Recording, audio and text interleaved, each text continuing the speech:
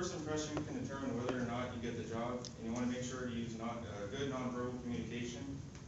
And so I personally have used the following steps on my interview, and I did get the job.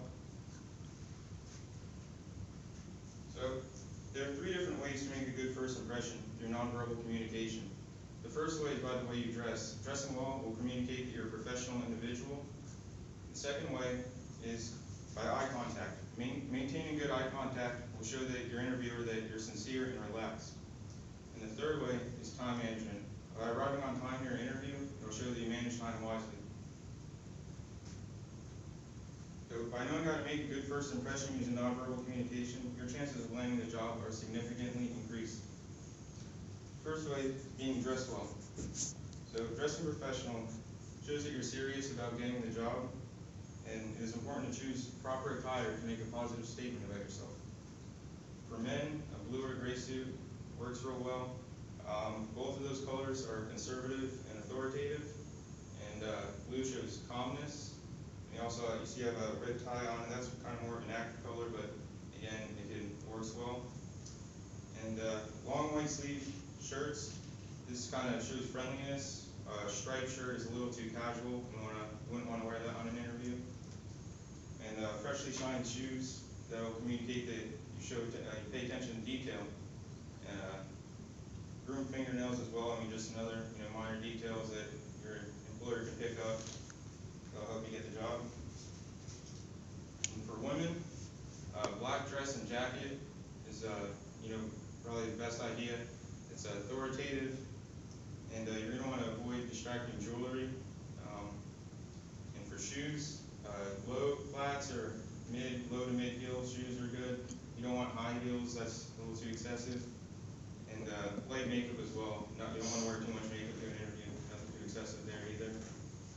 So Lisa Bohannon, author of Making a Good First Impression, states that wild hairstyles, platform shoes, excessive jewelry, sloppy athletic shoes, and the latest fashion, and overstated makeup do not make a good first impression. So the main idea is just to think clean and simple, not too little, but not too much. And neat hair. Just pay attention to detail, because attention to detail communicates trustworthiness, authority, reliability, and professionalism. So now that I have informed you on the proper way to dress, let me tell you how making good eye contact will affect your first impression. So good eye contact shows that you're confident and ready for the job. You don't want to be looking down or off in his face. Just maintain eye contact with your interviewer. Remain calm, and don't use too much, because too much eye contact could communicate awkwardness. You don't want that. So just don't stare and try to look away briefly if you can. A good trick is actually if you can you bring a notebook and a pen, take notes, and that gives you kind of an excuse to occasionally look down so you don't have too much eye contact. So maintaining good eye contact shows that you're attentive and interested. Poor eye contact or no eye contact at all show that you're nervous or shy, and definitely don't want that. And if you happen to have more than one interviewer, just make sure to make eye contact with all of them, so it doesn't seem that you're only comfortable with one person in the room. All right, Albert Mann, Northeast Region Corporate Vice President of Sales, states, good eye contact represents strength to a hiring manager.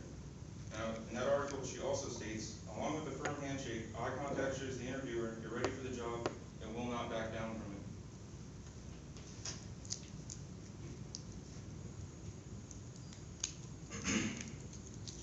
Finally, I'll be informing you on how it is necessary to be on time for your interview.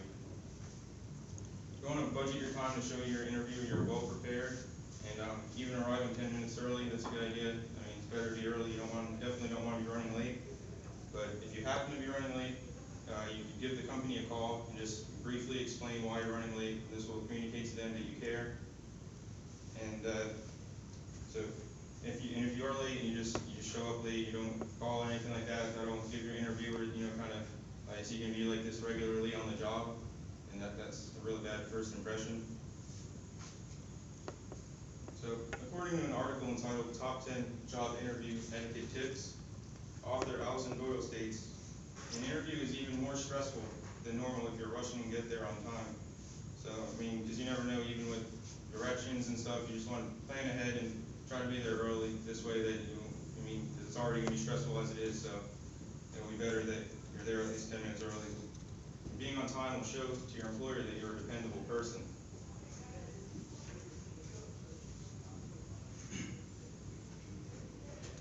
So now that I have informed you of 3 ways to make a good first impression through nonverbal communication, let's review. So the 3 ways to make a good first impression were dressing properly to show that you're a professional individual. Second way was maintain good eye contact to show that you're sincere and relaxed. And the third way was arriving on time to show that you manage time wisely. Knowing how to make a good first impression on an interview is very important to help you obtain the job.